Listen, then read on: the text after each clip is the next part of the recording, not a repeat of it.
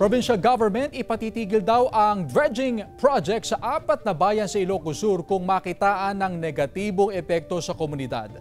May detalye si Ivy Hernando. Isang consultation ang isinagawa ng concerned agencies kamakailan sa Barangay Rancho Santa Ilocos Sur, kaugnay sa isinasagawang dredging sa ilog.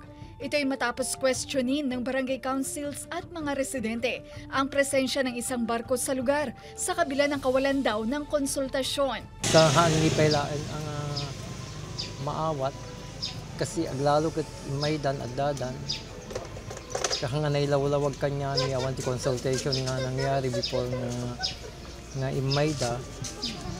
So maalarma kami lahat ma'am ta damo miti makakita di kita kakasta nga. Taliwas naman ito sa naging pahayag ng gobernador. Nagsagawa lang daw ulit ng konsultasyon upang mapakinggan at malinawan ang mga residente. Everybody agreed na kaya nga nakakuha ng permit ng munisipyo.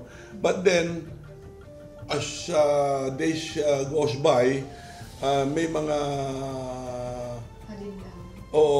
na pinakinggan naman ni Apo Kapitan. Nauna nang ipinaliwanag ng line agencies na wala raw black sand mining na nagaganap. Dredging raw ang solusyon sa malawakang pagbaha na nararanasan ng Santa, Kawayan, Vigan City at Bantay.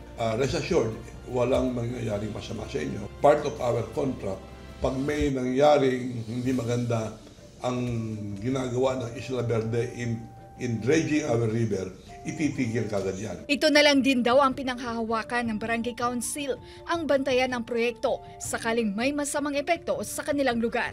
Kasama si Norman Raca, Ivy Hernando, 1 North Central Luzon.